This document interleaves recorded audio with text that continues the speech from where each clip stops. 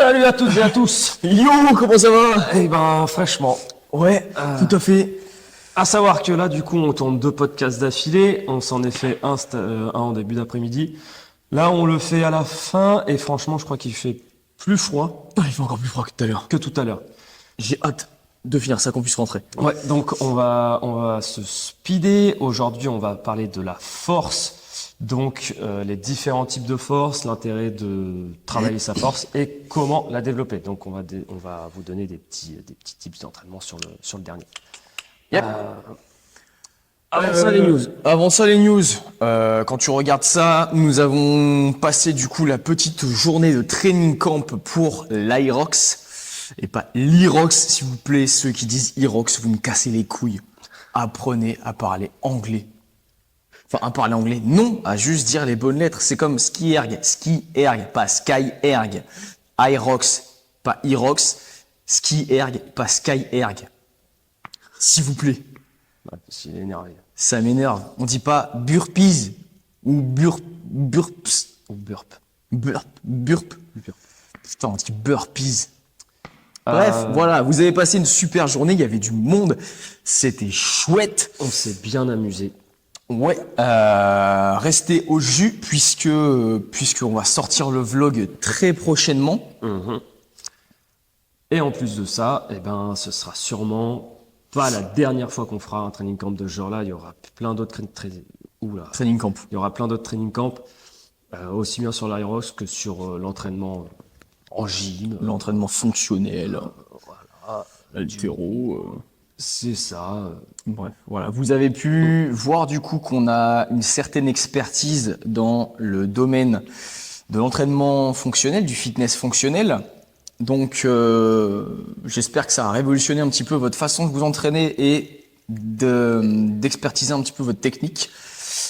Sachez que, du coup, évidemment, les autres training camps, eh ben, ce sera la même chose. Vous allez en prendre plein la gueule, la vue, plein la vue. Vous allez apprendre plein de choses.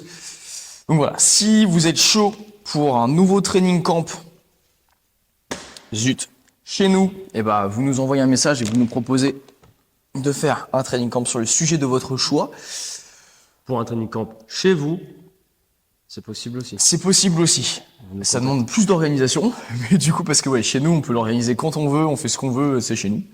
Mais par contre, oui, chez vous, ça demande beaucoup plus d'organisation. Donc, vous nous prévenez, et puis on sera ravis de venir partager et puis vous faire kiffer. Et en même temps, ça nous fera sortir un petit peu de la boxe. Ah, c'est sûr, parce que aller voir d'autres box, comment ça se passe. C'est cool. c'est sûr, parce que là, on passe vraiment notre vie à la boxe. On fait les vlogs à la boxe, on fait tout à la boxe, on mange à la boxe.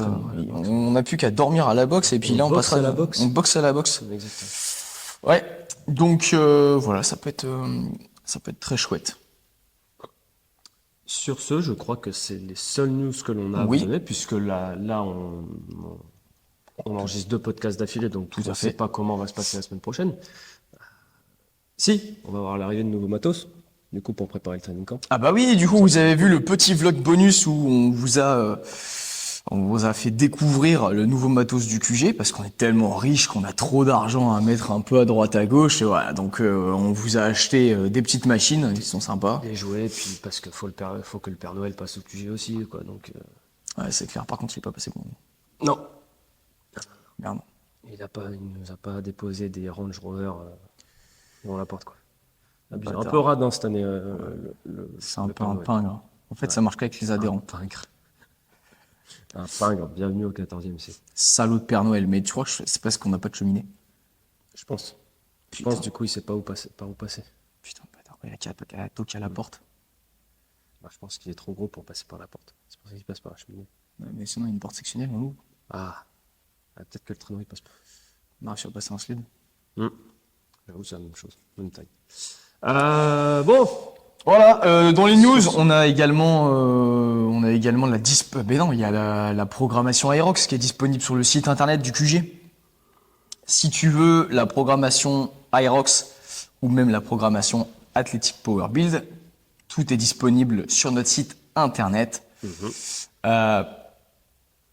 Voilà, si tu veux préparer ton Aerox, c'est une programmation de 12 semaines. Si tu veux préparer ton Aerox en 3 mois, ou alors travailler toutes les modalités de travail de l'Aerox sur 3 mois, et bah, je te laisse prendre cette programmation qui est une programmation évolutive qui va te faire kiffer parce que c'est celle qu'on a suivie, nous, il y a quelques mois pour la préparation d'Aerox Londres. Et qu'on suivra aussi pour l'Aerox Bordeaux, Exactement. qui aura lieu le 27 avril. Sur ce aussi, il y a APB, du APB, coup, ouais. Athletic Power Build. Donc ça, c'est si tu veux Être beau devenir un Golgoth. Ah, c'est Un ça. Golgoth, avoir des muscles qui soient fonctionnels, d'accord? Juste pas être musclé pour être musclé, des muscles pour être beau gosse, athlétique ou athlétique, Athlétique. et qui te permettent de faire plein de choses en plus d'être fort. Donc Ça crée un physique de bœuf. voilà. En vrai.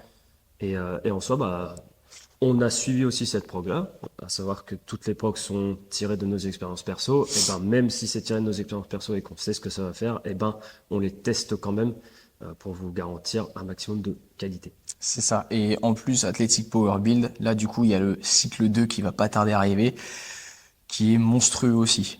Franchement, ça va être pépite. Ouais, avec un style complètement différent, les mêmes, comment dire, Même les objectif. mêmes objectifs, Même mais objectif, mais avec d'autres, voilà, un style complètement différent. Je crois que ça n'existe nulle part ailleurs d'ailleurs.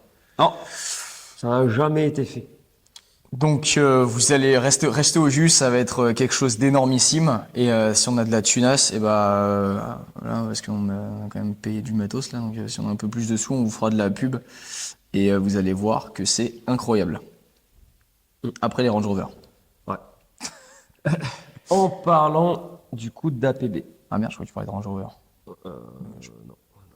En parlant d'APB, du coup, aujourd'hui, on va attaquer le sujet de la force. Exactement, puisque dans APB c'est athlétique, donc être athlétique comme on l'a dit, power, donc développer la puissance, la force, build parce que on construit du muscle. Donc il y a une partie où effectivement on travaille la force. Et nom d'un chien, qu'est-ce qu'on la travaille comme... C'est dur. Hein. Mais ouais, en gros, là aujourd'hui, on va vous expliquer un petit peu plus en profondeur ce qu'est la force, les différents types de force qui existent, parce qu'il n'y en a pas qu'un, l'intérêt que ça peut avoir dans votre vie de tous les jours et comment on peut la développer en achetant la prog APB. Exactement. Donc, les différents types de force, Michel. Alors les différents types de force, nous avons la force maximale, la force pure. Où on développe une force intense dans un membre qui est soumis à une contrainte, sa mère. Ouais, je m'attendais à une contrainte mécanique. Mais contrainte sa mère, ça marche À bien. une contrainte mécanique, sa mère. Ensuite, on a la force vitesse. Oh, ouais. Ouais, force vitesse. Et ensuite, L'endurance de force. le pire. Ah, ça c'est le pire. Ça, c'est le pire. C'est également ce qu'il y a dans la programmation Athletic Power Build. Voilà. Donc, en gros, la force maximale, c'est je soulève une charge hyper méga lourde une fois. Alors, sachant que la force maximale, il y a la force brute, c'est que sur des mouvements qui demandent de la force, pas des mouvements qui demandent de la rapidité ou quoi. Genre un clean and jerk ou un snatch, on peut pas dire que c'est une force brute. Ouais. Parce que bah, ça implique beaucoup d'autres choses en conséquence, notamment une technique qui est assez complexe à avoir en haltéro. Assez complexe. Disons que c'est pas inné. Donc faut Non, pour moi l'apprendre. c'était inné. Excuse-nous. Après j'ai fait les JO, donc Ah, excuse-nous. En quelle année? 96. Mais t'es né en 99. Ouais. J'étais précoce. J'ai toujours été un peu en avance sur mon temps. Donc, les exercices de force vont surtout se mesurer sur quelque chose comme du squat, du développé couché, des choses comme ça. Du Donc, bench press.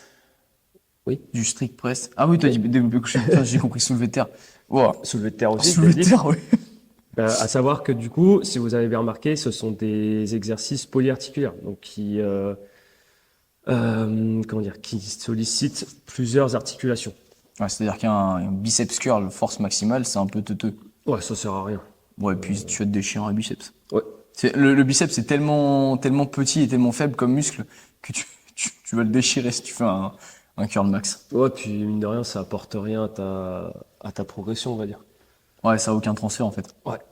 Après, avoir des gros biceps, oui, c'est un transfert, mais faire un RM biceps curl, c'est complètement con. Ça me rappelle le BPGEPS, mais le BPGEPS, de toute façon, suivant les écoles, c'est un peu teuteux. Oui, il faut faire un RM curl. Ok. Non, Ça ne sert absolument à rien. ça sert absolument à rien. Un RM, leg extension. Puis, Ouais.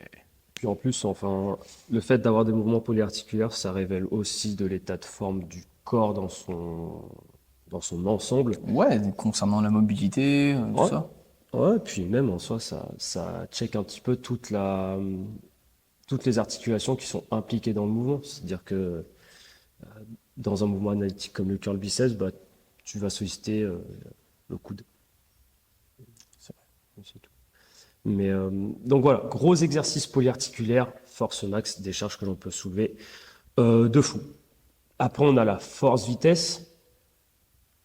Donc la force-vitesse, il y a beaucoup de choses que l'on dit dessus. Comment la solliciter, comment machin, en général, c'est compliqué à avoir la force-vitesse. Ouais, en fait, c'est très compliqué à développer et puis c'est pas très intense au final. Ouais, Même si à force vitesse, tu vois, c'est comme la pliométrie. La pliométrie, c'est pas très intense, hein. Pour que tu sois vraiment dans la plio, il faut que ce soit très très bref. Et c'est trop. c'est pratiquement impossible à avoir, je crois. Ouais, c'est pratiquement impossible à avoir, mais c'est surtout qu'en fait, t'as un tel niveau de précision que tu peux pas mettre d'intensité dedans, quoi. Ouais, Et c'est un peu la cerise sur le gâteau, c'est un peu de la branlette. Mais il y a beaucoup de gens dans beaucoup de sports en fait qui font d'abord la branlette et s'ils ont du temps, ils font le vrai travail. Ce qui est une inversation de la réalité du terrain, quoi. ouais. Et en plus, lorsque les organismes ne sont pas habitués à faire de la force-vitesse, des choses comme ça peut amener à des blessures. Ah oui, ça c'est sûr. Donc c'est pas ouf. Nous, par exemple, on est plutôt partisans de la force max ou des choses comme ça, ou des charges qui se rapprochent beaucoup plus de l'échec. Et en soi, lorsque l'on veut travailler quelque chose comme notre vitesse, ben, on essaye juste de bouger la barre Plus vite. plus vite. Et normalement, à partir de là, on commence à discuter. Ouais. Après, il y a des techniques des outils qui sont très intéressants. Donc, je sais plus. C'est pas le vélocimètre. Si, il y a les trucs que tu mets sur les barres, tu as Ouais, des des récepteurs que tu capteurs, mets sur ouais. les barres et tout, et ensuite après ça t'envoie des trucs, mais en soi, le clampin de base n'a pas ça et s'en branle complètement. Ça, Ouais, mais c'est-à-dire que c'est de la. En fait, il y a beaucoup de trucs, c'est de la branlette, et même les sportifs de haut niveau, ça serait un peu de la branlette, et il faudrait arriver à un niveau genre international, la crème de la crème, pour que ce soit intéressant ces outils-là, quoi. Ouais, parce que oui, ça permet de rajouter des données à leur prise en charge, même si en soi, je pense que ça change pas grand-chose. C'est comme déjà les athlètes de powerlifting, ça sert pas à grand-chose puisqu'il n'y a pas de notion de vitesse. Euh, les athlètes d'haltéro, en vrai, il y en a beaucoup qui se prennent la tête, machin et tout, et souvent c'est ceux qui sont nuls. Mais si t'as pas déjà un snatch à 120 pour 70 kg de poids de corps, je pense que ça te sert à rien. Ouais. Ouais, puis en soi, en fait, quand on se rend compte sur les corrections d'haltéro, enfin, il y en a beaucoup qui se branlent sur des semi-techniques de semi-techniques, genre des chutes, des passages, des trucs comme ça. Ça a son intérêt, mais en soi, chez la plupart des gens, faut juste, en général, les problèmes, c'est juste du timing Du timing ou en et de vrai, la vitesse. ouais, non mais le vrai problème, moi je pense que c'est dans la tête. Et aussi la tête. La tête, mais ça on en reviendra sur le point numéro 3, me semble-t-il. Ouais, puis on en parle aussi dans le podcast précédent. C'est vrai. Sur, C'est vrai que tout est un petit peu lié. Ouais. On a le physique de ses idées, mais on a également les performances de ses idées. C'est-à-dire que si on croit qu'on vit dans un monde de bisounours, c'est souvent des gens qui n'iront jamais squatter au-delà de 150 pour les plus grands. de leur poids de corps. Ah, c'est-à-dire que moi j'ai rarement vu quelqu'un d'utopiste, de très serein dans sa tête parce qu'il croit que tout le monde est gentil, tout le monde est beau. Aller à la salle? Déjà aller à la salle et puis en plus avoir un squat au-delà de 100. Même si en squat 100 c'est vraiment éclaté au sol. Et pour une femme, 100, ça commence à être sympathique. Oui. Mais pour un mec, c'est au moins 150.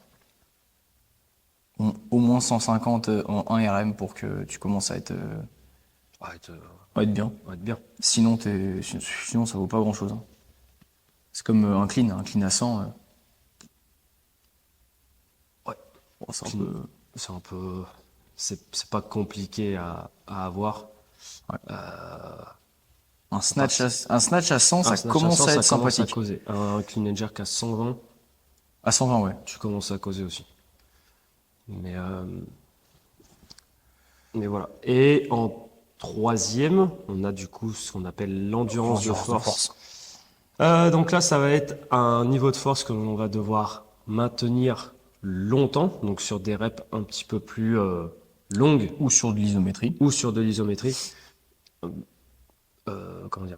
Sur un temps donné, un temps d'effort un petit peu plus long que si c'était de la force max, avec une charge un petit peu plus lourde que si on était sur de la force vitesse. Donc c'est vraiment le pire des deux mondes Ouais. à bosser, c'est horrible. Non, ça va. Après, ça dépend des moves. Si tu fais de l'endurance de force sur un squat, c'est pas pareil que si tu fais de l'endurance de force sur des curls. Oui, oui, bah là, Ça en dépend vrai, du type de muscle. là, en vrai, on parle essentiellement des gros exercices de force. Ouais, Tout c'est-à-dire ce qui est squat, bench, deadlift, des choses comme ça, des trucs qui te décapotent la gueule un peu. de toute façon, tout est censé te décapoter la gueule. À part les épaules. Ouais. Mais en gros, l'endurance de force, c'est prendre la charge la plus lourde possible et le faire Le plus longtemps le possible. plus longtemps possible. C'est pour ça qu'il y a un principe de pourcentage qui a été qui est appliqué sur l'endurance de force. L'endurance de force, ça commence à partir de 2 reps chez moi. Mais non, mais en fait, c'est de l'endurance. C'est tu prends ta charge max et tu fais de l'endurance par rapport à cette charge-là. Ouais. L'endurance, effectivement, ça commence à 2 reps, puisqu'on n'est plus sur de la charge max. Mm. Et puis ça monte jusqu'à Oh bah, ça peut aller loin, hein, mais... Non, en gros, oui, jusqu'au Murph, jusqu'au 300 squats. S300 squat. Mais ouais, il y a pas mal de façons de la bosser, mais le plus commun en général, c'est tu prends une bonne grosse charge que tu peux répéter au-delà de 5 fois. Ouais, à savoir que pour l'endurance de force, il y a que 5 répétitions qui sont effectives et c'est les 5 avant l'échec. Les 5 dernières avant l'échec, musculaire. Parce que c'est là où tu vas recruter le plus de fibres. Le plus d'unités motrices, ouais. C'est pour ça que faire 15 reps, alors ça dépend de l'exercice, hein. Par exemple, faire 5 répétitions sur des élévations latérales, ça va détruire les épaules. On vaut mieux en faire 15 et avoir les 5 effectives. Et au moins avoir un petit recrutement musculaire. Mais si on veut utiliser un exercice polyarticulaire, comme le deadlift, ou le bench press, ou le squat, si on veut vraiment construire de la masse musculaire dans un but hypertrophique, ça sert pas à grand chose d'aller au-delà des 8 reps. Ouais, Et puis en plus, tu gagnes du temps. Parce que moins tu fais de reps, plus tu gagnes du temps. c'est ça. Mais 8 reps effectives, hein. C'est pas 8 reps branlette. Oui. C'est-à-dire que Si, 8 reps la avec huitième, une bonne grosse charge, et sur la 8e, t'es à la limite de crever, quoi. Donc voilà, ça c'est les 3 différents types de forces que l'on prend en compte chez nous, à savoir que on travaille surtout sur la force maximale, sur l'endurance de force, et lorsqu'on veut un petit peu développer la vitesse, eh ben on pousse plus vite.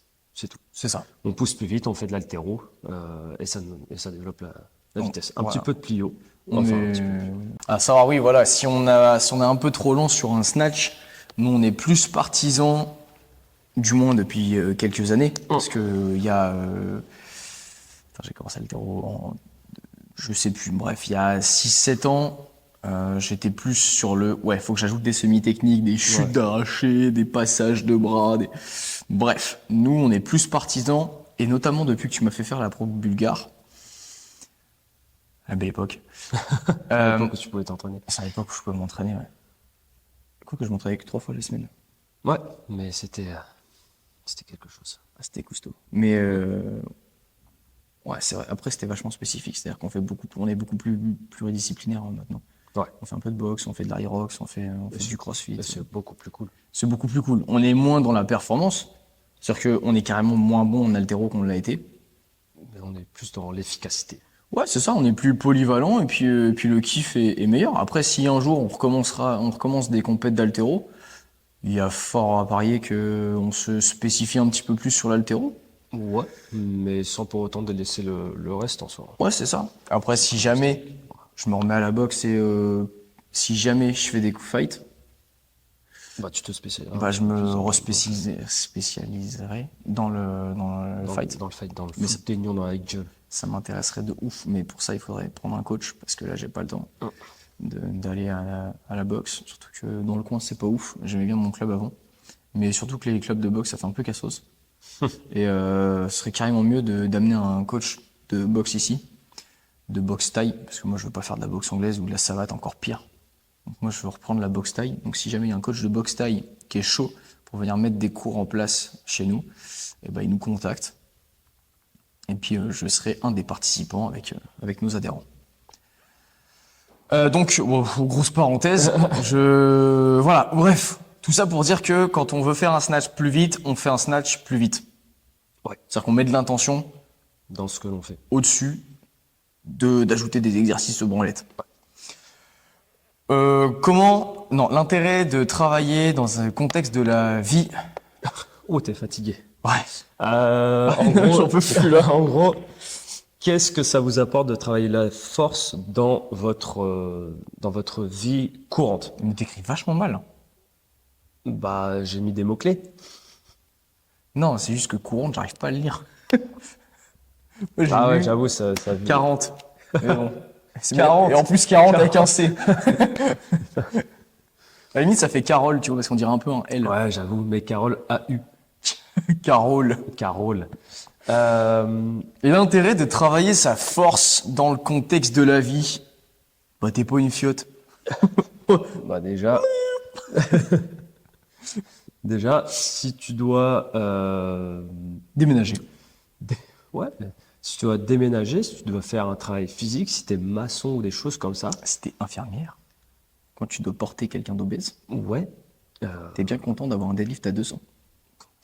oui, quand t'es déménageur et même quand tu travailles au casino de Luc, quand il y a des grosses qui se pètent la gueule, faut les relever. C'est véridique. C'est vrai. C'est véridique. On a une adhérente qui travaille dans un casino et elle a dû aider des gens à se relever parce que on n'a pas tous le même niveau d'autonomie et le même niveau de santé. Et elle n'arrivait pas à se relever parce que la dame faisait 100 kilos et du coup c'est l'adhérente qui est arrivée et qui l'a soulevée. Donc voilà. Mais en soi, ça peut du coup éviter de vous blesser parce que il y a une adaptation au niveau des muscles et tout ça qui font que, eh ben, si j'arrive à soulever 80 kilos le jour où je dois soulever une charge de 40 kilos, normalement, il ne devrait pas trop se passer de problème parce que c'est une charge que je maîtrise, parce que mes tissus se sont adaptés à une contrainte plus forte. Qu'est-ce qu'il y a? Tu vas voir. T'as pété? Putain. J'ai cru qu'il allait passer. Mais non. Ah, c'est pour ça que c'est pour ça que tu parlais pas là. Ouais. T'étais concentré? Je me concentrais pour pas que ça fasse de bruit. Mais ils sont pas bons. C'est la nourriture transformée là de tout à l'heure. Ah putain, heureusement que vous avez pas l'odeur. Hein. Parce que putain de merde, ça sent la marée basse. Ouais, bref. Ah là, nous sommes des hommes simples. Il nous faut très peu. Les choses dans la vie, c'est les meilleures choses dans la vie. Sont les plus simples. sont les plus simples. Ouais, du coup, déjà, t'as une adaptation musculaire, une adaptation des fascias, mais t'as aussi une adaptation tendineuse et ligamentaire. C'est-à-dire que effectivement, quand on stimule son muscle, il vient se renforcer, mais quand on stimule son muscle, on stimule forcément son tendon et ses ligaments, et eux aussi viennent se renforcer. Ils se renforcent carrément plus lentement que les muscles. Le muscle s'adapte beaucoup plus rapidement que le tendon à une contrainte. Et c'est pour ça que, par exemple, en musculation, on a beaucoup de blessures par rapport au crossfit. Où au crossfit, vu qu'on bosse sur de l'articulaire, on bosse la mobilité, plein de trucs comme ça. Bref, toute la prise en charge est globale. Et en fait, le corps s'adapte plus ou moins dans sa globalité. Mais les muscles s'adaptent quand même vachement plus vite que tous les autres tissus. Ce qui fait qu'en muscu, vu qu'ils bossent pas la mobilité, ils ont aucune notion de plein de choses, parce qu'ils sont un peu teuteux, et bah, tendinite. Ouais. Tendinopathie. Pareil pour les os. Mhm. Les os s'adaptent aussi quand on met une pression régulière sur les os, comme courir, comme faire du back squat, comme un deadlift. Tu mets une pression régulière sur tes os, et bah tes os viennent s'adapter et sont plus forts. Ce pourquoi les entraînements de force sont essentiels pour les personnes âgées pour prévenir l'ostéoporose. Ouais. Et en gros, ouais, t'as tout dit. Hein. Voilà. À demain pour de nouveaux podcasts. T'as tout dit. Après ça, Après, prenez la programmation APB, vous allez voir, ça prévient l'ostéoporose. non, mais en soi, l'ostéoporose, ça arrive un petit peu à tout le monde, enfin, surtout aux femmes, mais après, c'est vrai que du coup, mettre de la contrainte là-dessus, ça va faire des micro-lésions dans les os, et donc du coup, ça va forcer le corps et le système de synthèse des os à s'activer un petit peu. Donc en fait, on entraîne juste nos os à être plus forts. Après, Ça permet d'avoir les bonnes postures, de s'entraîner au travail de force, puisque dans le travail de force, si on est efficace et pas se blesser, durer, et puis être efficace sur la gestuelle même, il faut avoir des postures adaptées. ouais, ça travaille aussi le gainage, parce que du coup, en soi, c'est un petit peu, c'est quelque chose qui fait partie des exercices polyarticulaires, c'est-à-dire qu'on n'y pense pas, mais c'est surtout le gainage, parce que forcément, si je fais un squat ou un deadlift, si je n'ai pas les abdos, le gainage qui est activé, je vais me défoncer. Donc le fait d'avoir cette activation-là et en plus de rajouter de la charge, une charge importante dessus, bah ça va faire travailler mon gainage. Et pourtant, je reste pas en planche pendant 3 plombes non plus. C'est du gainage qui est vachement plus fonctionnel. En fait, c'est de l'anti-déformation. Ouais. La batterie, il n'y a plus beaucoup de batterie. Euh, donc voilà, l'intérêt de taffer sa force dans la vie de tous les jours, c'est d'éviter les blessures et tout simplement de vieillir en meilleure santé. Tout à fait. En plus, en général, pour ceux qui veulent être beaux gosses en général, la force, c'est tout bête. Tu fais en sorte de soulever une charge et ton corps s'adaptera, développera les muscles, assez de muscles pour que tu puisses soulever cette charge-là. À nouveau, ouais, tout à fait. Et c'est pour ça que travailler la force est essentiel si on veut prendre du muscle. Pour ça qu'on a créé la programmation Athletic Power Build. Voilà. Parce que la force fait prendre du muscle. Tout à fait. Donc du coup, ce qui nous amène au troisième point, comment on arrive à la développer. On a un peu expliqué tout le podcast. Hein. Ouais. Il y a un homme sage, un jour, a dit, pour devenir fort, il faut forcer. Tout à fait. Donc si ma contrainte mécanique n'est pas assez élevée, donc c'est-à-dire que je me branle sur mon entraînement, eh ben ça ne va pas développer ma force. À la limite, je vais prendre du muscle, je vais casser les fibres musculaires, Ouais, encore. mais de manière hypertrophique. Donc Et encore, donc même pas, c'est parce que si la contrainte mécanique est pas suffisante, il n'y a pas d'adaptation qui va être créée. C'est-à-dire que si j'en chie pas, tu vois, si, admettons, je dois faire 15 reps à une certaine charge, j'ai une charge qui me permet de faire 15 répétitions. Ouais. Les 5 dernières, on est d'accord, seront les seules à être effectives. Et qu'au final, j'en fais que 10 avec cette charge. J'ai du coup mes 5 reps effectives qui n'ont pas été effectuées. Et du coup, ma série n'a servi à rien. Donc en fait, si je me bouge pas le cul, il n'y a aucune adaptation qui peut être créée, que ce soit en force ou en prise de masse musculaire. C'est pour ça que si on ne se bouge pas le cul et si on ne force pas, si on ne s'entraîne pas dur, en fait, on ne progresse pas et en fait, c'est limite assis-toi dans ton canapé et bois une bière. Ce sera tout pareil, tu auras fait la même chose. Ouais. Donc, il faut s'assurer d'avoir une contrainte mécanique assez importante. Et aussi, le fait de varier, ça va m'assurer un petit peu plus de longévité. Donc, c'est-à-dire que la force brute, la force max, etc., c'est bien, mais parfois, il faut pas hésiter à revenir sur des choses comme l'endurance de force, ouais. ou des trucs comme ça.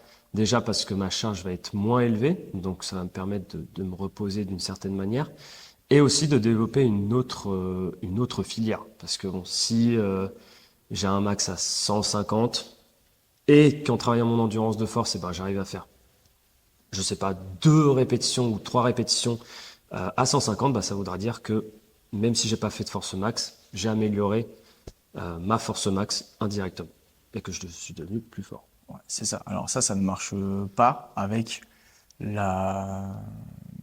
les faibles pourcentages de 1RM. Par exemple, si je fais de l'endurance de force sur 15 reps, ça va pas m'aider énormément à augmenter mon 1RM. Sauf si on est débutant. Et si on est débutant, on fait un air squat et on développe sa force. Et on prend 40 kg de muscle c'est clair. Dans chaque cuisse. Effectivement.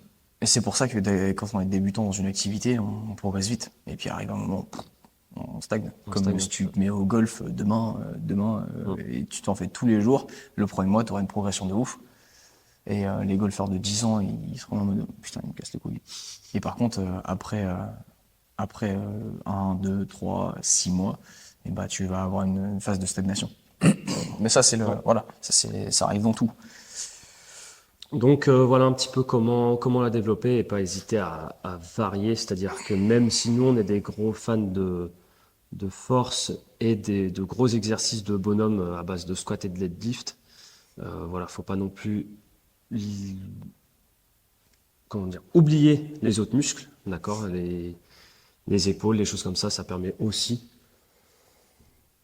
d'être en meilleure santé. En meilleure santé, d'accord, de prévenir les blessures, de rééquilibrer le corps. Et mine de rien, ça peut vous filer un petit coup de pouce dans vos exercices de force.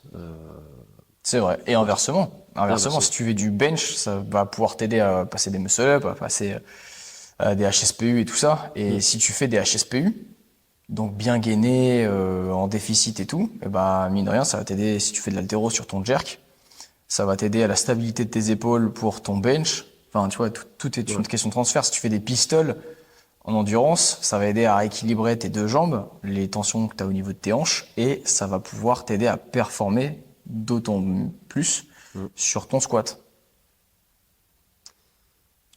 Donc voilà. En vrai, c'était assez court. Hein. Ouais, mais en soi, en même temps, on est un petit peu éclaté. Donc, ouais, ça va un petit peu éclaté. Puis la batterie aussi un petit peu éclatée. Là, ouais. ça va faire 10 minutes qu'elle clignote. Je pense qu'elle va pas tarder à lâcher. Donc on a dû un petit peu presser le pas, quoi. Ouais. Mais en soi, vous savez les différents types de force. Vous pouvez moduler entre les 3, pardon. Même si la force vitesse est compliquée à avoir pour le clampin moyen. Compliqué à travailler, à mettre en place et tout ça, quoi. Ouais, et puis c'est vraiment sur une échelle de pourcentage des gains que ça va vous apporter. On est sur du 10% de performance en plus, à peine. Ouais, c'est ça. Puis en général, faut s'en servir pas comme moyen de renfort, mais comme complément ou des choses comme ça. Ouais. Par exemple, c'est beaucoup utilisé pour des sportifs de haut niveau, mais ils font du ski ou des choses comme ça. Donc ils ont un intérêt pour leur sport, mais ça sert à rien pour le développement de leur force. Oui. Maximale. Donc voilà. C'est pour du spécifique. Voilà. Vous savez aussi pourquoi c'est important de la taffer et vous savez du coup comment la développer. Il y a juste à moduler entre les différentes formes de travail, histoire de changer un petit peu. Et n'hésitez pas à faire de la contrainte mécanique, à augmenter votre contrainte mécanique. Et bien sûr, par contre, après, on n'a pas parlé de la surcharge progressive, mais si à un moment donné, vous êtes à l'aise sur une charge, n'hésitez pas à augmenter. D'accord, c'est le but de l'entraînement. Sinon, il n'y a plus d'adaptation. Si tu es toujours à 100 kg et à 100 kg, c'est facile. Par exemple, un bench, ton corps ne s'adapte plus. Donc, il faut sans arrêt être dans la difficulté. Si tu n'es plus dans la difficulté, ton corps ne s'adapte pas. On a parlé de difficulté tout à l'heure. Il faut se la coller à l'entraînement. Si ça devient trop facile, il n'y a plus d'adaptation qui se crée. Et même si ça a été dur par le passé, en fait, il faut que ce soit tout le temps dur. Ouais. Malheureusement, désolé, il y en a, ils chialent parce que c'est dur et j'espère qu'elle sera facile bientôt. En soi, si t'es honnête avec toi, c'est toujours dur. Oui, parce que en fait, vu que t'es plus fort, tu mets plus lourd et plus lourd, en fait, c'est aussi dur qu'avant. Désolé, problème de batterie. Elle a lâché quand on parlait. Oui. Je sais plus du tout sur quoi on était, mais je pense qu'on va conclusionner. Exactement. Parce qu'il fait genre moins 8000 là. Je crois qu'il fait moins 2 là. Et qu'on a envie de rentrer. Sur ce, Eh ben, on vous dit à la prochaine. N'hésitez pas à nous donner des idées si vous en avez, que ce soit des idées de sujets ou des idées de guests. Parce que pour la saison 3, on va faire en sorte que ça décolle. D'accord? Et qu'on va arrêter d'être deux clampins. Ouais, c'est sûr, surtout qu'on a dit, ouais, on va essayer d'avoir des invités pour la saison 2. Au final, on l'a fait tout seul. Ouais. Donc voilà, si vous voulez des invités, vous nous dites qui vous voulez qu'on invite, si vous voulez qu'on aille chez quelqu'un, si vous voulez qu'on invite en visio, peu importe, c'est parti loin. Bref, vous nous dites pour qu'on puisse s'organiser et puis voir si c'est possible, si les gens nous mettent pas des gros vents. Voilà. Sur ce, partage à ton entourage. Exactement, abonne-toi, ça te coûte 0 mon gars. Voilà, mets 5 étoiles, partage. Ouais. On a aussi une chaîne YouTube maintenant, donc l'éveil et la force, du même nom que le podcast. Donc abonne-toi. Abonne-toi, on repartage les podcasts, on fait des nouveaux formats. On va partager beaucoup de choses en 2024, donc essaye de rester connecté. Ouais, 2024, ça va être, comme on l'a dit, c'est l'année où ça va décoller, vous allez halluciner de tout ce qu'on va faire. Il faut absolument que tu nous aides à partager tout ça, parce que si on te donne du contenu, alors par jour, on publie sur Insta, on publie des vlogs, on publie des podcasts, on publie des shorts, on publie sur TikTok maintenant malheureusement, on publie sur Facebook. Voilà, tout ça, on essaie d'avoir de la qualité, que de la qualité, donc on vous publie que de la qualité. Du moins, on essaye de vous partager un maximum d'informations, toute notre expérience. Dans tout ça, on vous offre des programmations, on vous propose des programmations qui sont pas chères pour les 10 ans d'expérience qu'on a nous. Voilà, tout ça, il faut nous aider. Voilà, il faut t'abonner, il faut que tu partages en story, que tu partages. Voilà, dès qu'on sort une vidéo, faut que tu la partages. Si on sort un réel, tu peux partager ton réel en story. Ça te coûte 0, ça prend 5 à 10 secondes. Voilà, et c'est le seul truc qu'on demande en échange de tout ce qu'on fait. Surtout que là, les réels, on en publie 2 par jour, les shorts 1 par jour. Voilà, c'est beaucoup de travail. C'est énormissime. On travaille 80 heures par semaine. En plus, enfin pas en plus, mais en plus de la salle à gérer, en plus de l'administratif, en plus des cours, en plus de toutes les programmations qu'on doit créer, que ce soit pour les coachings, pour la salle, le training camp pour l'arrivée. Le training camp, pour absolument tout, pour tous les projets. Voilà, c'est une quantité de travail monstre et tout ça, c'est vraiment pour vous qu'on le fait et pour aider tout le monde à grandir. Donc, le seul truc qu'on demande en échange pour nous aider à grandir en fait, à avoir la reconnaissance du travail fourni, c'est de partager, s'il te plaît. Ciao. Ciao.